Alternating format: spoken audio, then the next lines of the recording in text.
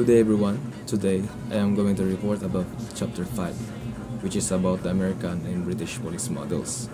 By the end of this lesson, we should be able to understand the policing model in the United States, compare it with the model in the United Kingdom, and see how both systems develop over time.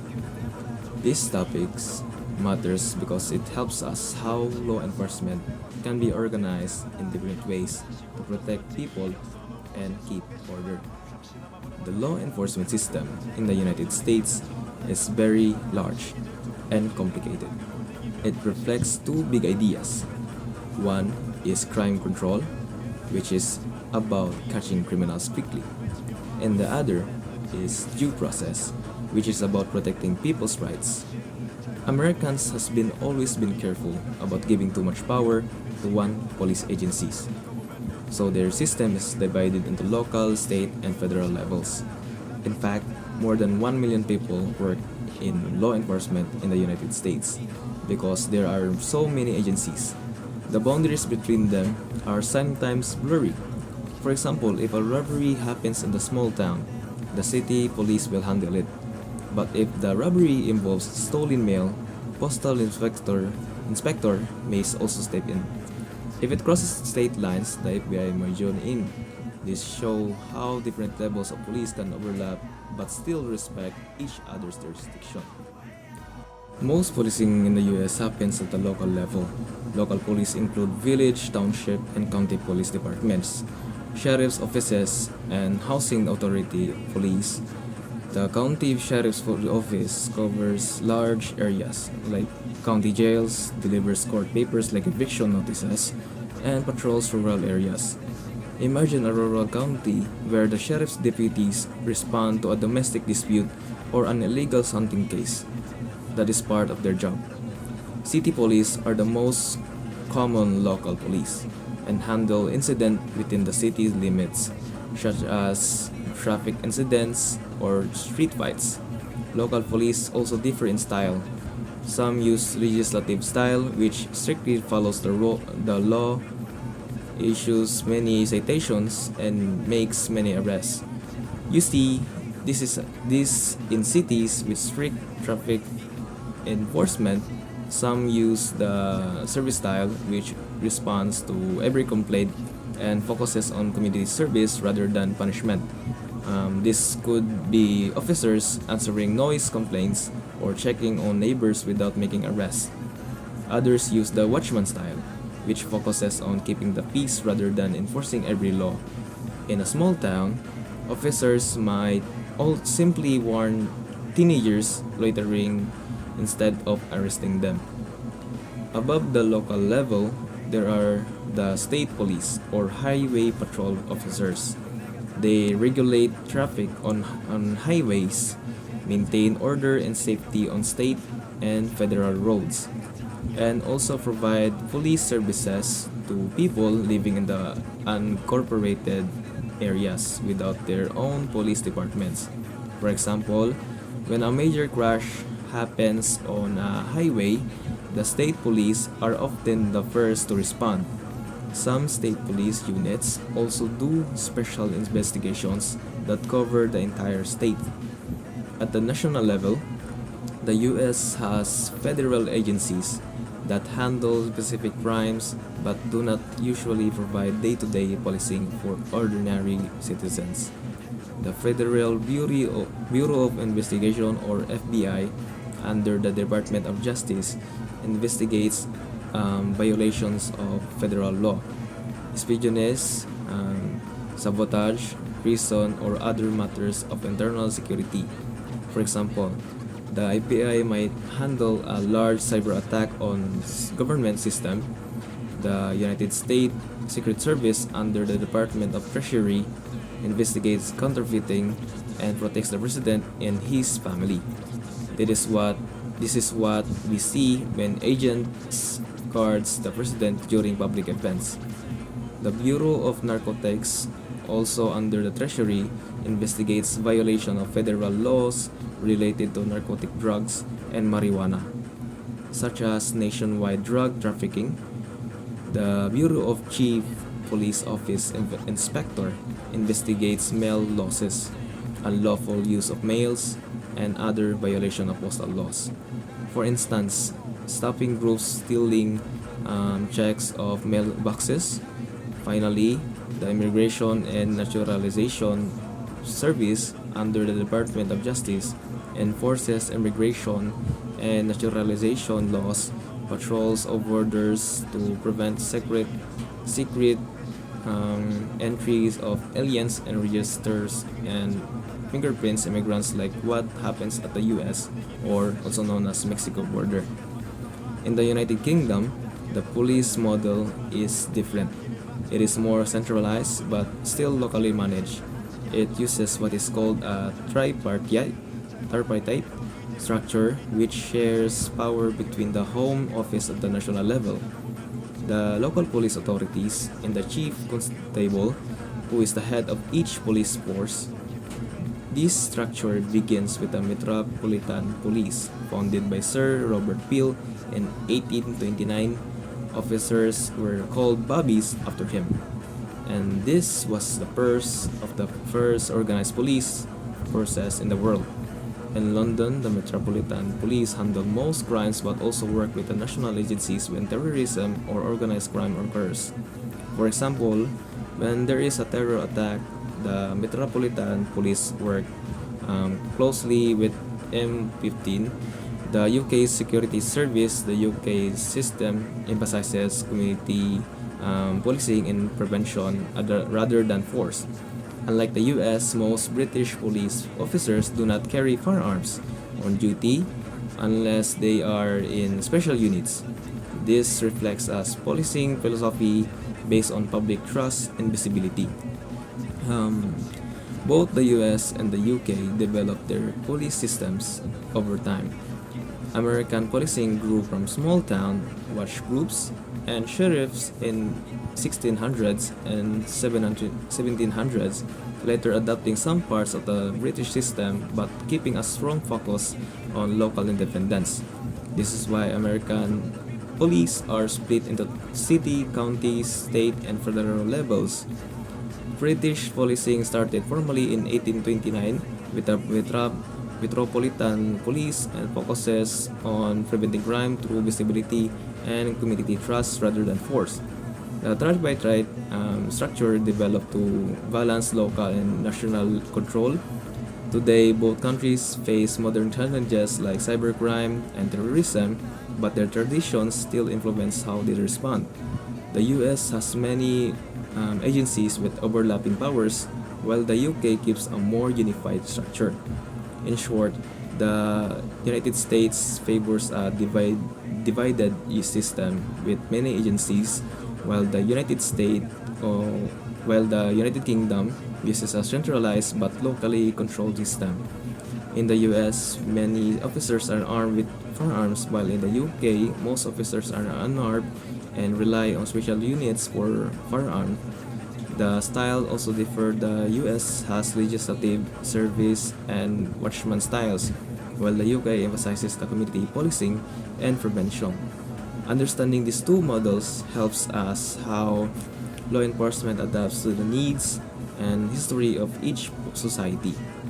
Thank you for listening, and that is the end of my report. The police function. So in police function, we also have the protection of national revenue. So the protection of national revenue simply makes sure that the country's funds are being well protected by making sure that everyone is paying their tax well and to stop the smuggling. So we have the intelligence unit, alcohol and tax, and the lastly is the Bureau of Custom, or shall I say the Division of Investigation, Patrol, and Bureau of Custom. So the intelligence unit, they are the one that will make sure that everyone is paying their tax. For example, there's a company that is hiding just so that they can pay less tax. So the intelligence unit will handle that one. Then the next one is the alcohol and tax. So for example, there's a company that makes a liquor without paying tax. So they are the one who will check the liquor tax violations. while the last one is the Division of Investigation, Patrol, and Bureau of Customs. So this one, they will handle the smuggling one. So you know those things that they will smuggle during the shipment. For example, cigarettes, liquor, car, anything that you can think of. So they're the one who will handle that matter to ensure that everyone is paying their own tax. So we also have tribal agencies. Tribal agencies consist 556 tribal entities in 31 states. They are also known as Native American tribe by the Bureau of Indian Affairs. Native American tribe are unique because they are known to have a self-governance. They are self-ruled. So the most largest tribal group are located in Arizona. It is called the Navajo Nation. So the next one is we also have private police. So private police, so long term or short, they are public police that off duty. They are off duty and they are hired by the private group or companies that needs extra protection. So for example, this mall hired a public police officer to protect during night. So if the public police officer is off duty, it can be called as a private police. So private policing have two basic forms that can provide private policing. We have the first one is proprietary security, and the second one is contract security. So the proprietary security, long term or short, it is a police service run by the company itself. So for example, a mall have their own security service to protect their property, or a bank have their own security facility, like they run their own facilities to have a security, while the contract security on the other hand means that they hire a security personnel outside the company. So they just hire someone to have extra security on their place, on their own, or on their self. So that's the difference between proprietary security and contract security. It's just simple. And the minimum educational requirement or qualification to become a police officer in various city, country, and some state agencies is just a high school, or maybe a high school diploma or a college degree. And also you need to be at least 21 to 23 years old to be able to apply. Driver's license, medical certificate, no criminal record, and also fit to take the test, physical agility test. So that's the requirement to be able, or that's their background and educational requirement to become a police officer. Ranking system, we also have the highest ranking officer and the new, or maybe the first rank that you will receive when you are accepted as a police officer. So we're going to talk about the highest one. So the highest ranking the highest ranking that you can ever get is chief of police, police commissioner, superintendent, and sheriff. Well, the most lowest one is officer, deputy, and corporal. So you need to remember those 6 things that was in the list of the ranking. The United Kingdom of Great Britain, it shows how the UK unique history shaped both its government and legal system. I'm struck by the fact that the UK functioned without a single written constitution, relying instead of centuries parliamentary tradition and common law. UK systems reminds me that a nation's identity and governance are built over time through shared values and adaptability, not just formal rules. The United Kingdom has no single written constitution since the 10th century. England has had a single crown, and today the monarch is the head of state. Parliament, which has existed since the 13th century, became the primary holder of legal power from the 18th century onward rather than the monarchy. Policing in the United Kingdom began as a localized and unsystematic practice, with small family groups policing their own communities. After the Norman invasion of 1066, constables were appointed for local law enforcement but worked part-time and without pay. Chief constables handle daily operation while the Home Secretary sets regulation and approves senior appointments. The police accountability in the United Kingdom follows a tripartite system that balances central and local control. It involves the Home Secretary, Chief Constables, and policy authorities. The Home Secretary can set regulations for pay, conditions of service, and approve equipment for police use. They also approve the appointment of chief officers selected by local police authorities. Good day everyone, my name is Jamesluke Umali. So the Metropolitan Police was originally established by Sir Robert Peel and thus has the nickname Babbies. Among its officers, the papers falsely assimilated the Dems, River Marine Police, and the Bow Street Horse Patrol at the time of establishment. As a matter of fact, it is a centralized force within the jurisdiction of the Home Secretary and not a centralized force within the Ministry of Defense. This difference outlines significant difference in the historical establishment and present administration of the force. The recruitment standard. The lowest age to recruit to the police force as a constable is 18 years, and the highest age is unlimited but retirement takes place at 55. There are no special educational requirements, but candidates have to be successful in police initial recruitment tests in English, mathematics, and observation. Successful candidates are then required to pass a physical fitness to determine strength and stamina. There are also assessments through role plays to examine decision making and communication.